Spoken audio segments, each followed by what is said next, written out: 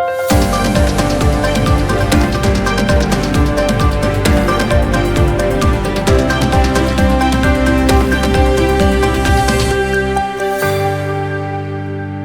मी अनुष्का. शंखनाद न्यूज चॅनलच्या मराठी बातमीपत्रात आपल्या सर्वांचं परत एकदा स्वागत करते. बघूया आजच्या काही मराठी ठळक बातम्या. चंद्रपूरकर रामभक्त सायकलपटूने अयोध्या वारीची सुरुवात केली आहे. 20 वर्षाचा मयूर देऊरमल्ले रामललाच्या दर्शनासाठी सायकलने रवाना झाला आहे. सुमारे 1000 किलोमीटर अंतर पार करून तो 10 दिवसांनी अयोध्येला पोहोचणार आहे. अयोध्येतील श्रीराम मंदिरात रामलला मूर्ती प्राण प्रतिष्ठा कार्यक्रमाच्या निमित्ताने जय श्रीरामचा जयघोष करीत अयोध्येकडे निघालेल्या सायकलपटू राम भक्ताला चंद्रपूरकरांनी भरभरून शुभेच्छा देखील दिल्या. मयूर चंद्रपूर जिल्ह्यातील पोंभुर्णा तालुक्यातील धनोटी या गावातील रहिवासी आहे. श्रीरामाच्या ओढीने व त्यांच्या आशीर्वादाने सर्व विघ्न दूर होत अयोध्येला सुखरूप पोहोचू असा विश्वास त्यांनी व्यक्त केला. शंखनाद न्यूजसाठी ब्युरो रिपोर्ट. मी चंद्रपूर जिल्ह्यातील पोंभुर्णा तालुक्यातील धनोटी नंबर 1 या गावचा विद्यार्थी मयूर देऊरमल्ले अयोध्येसाठी चंद्रपूरवरून निघालोय. मी जवळपास 10 दिवसात हा अंतर पार करणार आहे. रस्त्यामध्ये जे काही अडथळे येतील ते प्रभू श्रीरामांच्या कृपेने दूर होत आणि माझी यात्रा सफल हो. नागपूर जिल्ह्यातील रामटेक तहसील अंतर्गत असलेल्या रामटेक पोलीस ठाण्याअंतर्गत असलेल्या नेहरू मैदानात आजपासून सुरू होणाऱ्या सांस्कृतिक महोत्सवासाठी 15,000 नागरिकांची बसण्याची व्यवस्था करण्यात आली आहे. तर सोबतच रामटेक पोलिसांकडून कडेकोट बंदोबस्त ठेवून वाहतूक व्यवस्था करण्यात येत आहे. महाराष्ट्र शासनाचा सांस्कृतिक विभाग, सांस्कृतिक कार्य संचालनालय आणि जिल्हा प्रशासनाच्या संयुक्त विद्यमानाने रामटेक येथील नेहरू मैदानावर भव्य सांस्कृतिक कार्यक्रमाचे आयोजन करण्यात आले असताना रामटेक शहर संपूर्णपणे विद्युत रोषणाईने, बॅनर आणि पोस्टरने झाकले गेले आहे.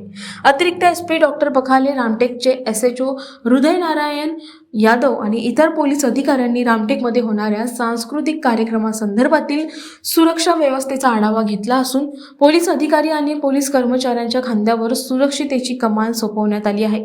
या कार्यक्रमात रामटेक पोलीस स्टेशनचे अधिकारी हृदय नारायण यादव यांनी महागडे दागिने घालू नका असे आवाहन केले आहे. यहाँ पर मैं जनता से आह्वान करना चाहता हूँ कि जो प्रोग्राम देखने के लिए आ रहे हैं तो गर्दी यहाँ पर ज़्यादा होने वाली है, तो कम से कम गहनों का इस्तेमाल करके अपने हम प्रोग्राम देखना है, प्रोग्राम के लिए गहने की आवश्यकता नहीं है, तो अपने गहने सुरक्षित रखें. और यहाँ पर हो सकता है कि गर्दी में इधर उधर से लड़के आकर पॉकेटमारी, मोबाइल चोरी, चैन स्नैचिंग इस प्रकार की घटनाएं हो सकती है, तो सभी लोग सतर्क रहें और कम से कम जेवर पहनने के कृपा करें. और दूसरी बात, जो बाहर से लोकल लोग हैं उनको मैं रिक्वेस्ट करूंगा कि जो अपन नियरेस्ट लोग हैं अगर व्हीकल का इस्तेमाल कम से कम करेंगे, पैदल आएंगे तो सुरक्षा व्यवस्था के हिसाब से जरा अच्छा होगा. अयोध्येत प्रभू श्रीराम मूर्ती प्राण प्रतिष्ठेच्या कार्यक्रमाच्या निमित्ताने महाराष्ट्रातही सुट्टी जाहीर करण्यात आल्याची माहिती आहे.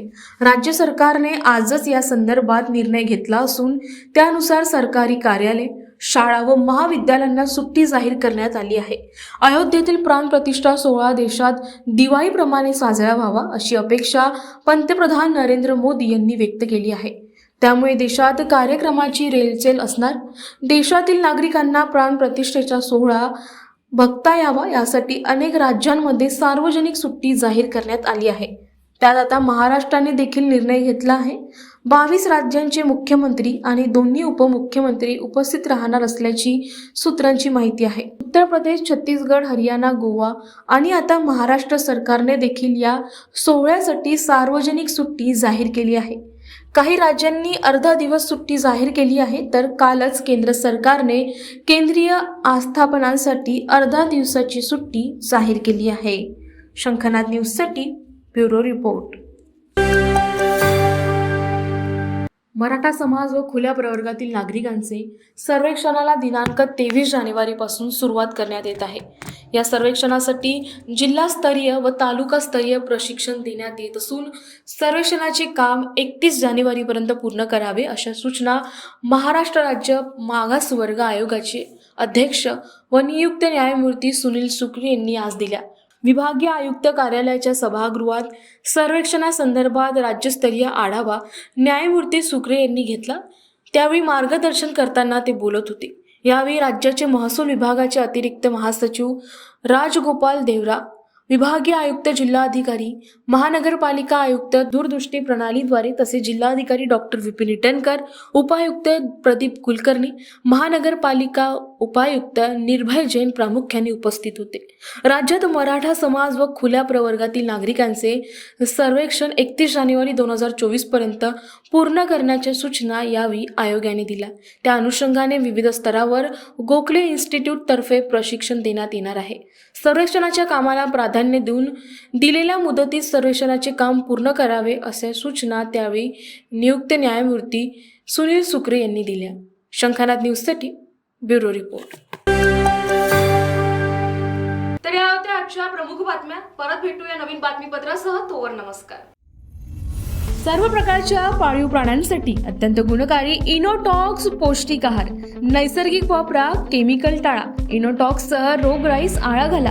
पशुखाद्य टेक्नॉलॉजिकल ऑडिटिव्ह उत्पादनासाठी महाराष्ट्रातील सर्व जिल्हे व तालुक्यात डीलर्स नेमणे आहे. अधिक माहितीसाठी संपर्क करा 8446625542 738777557.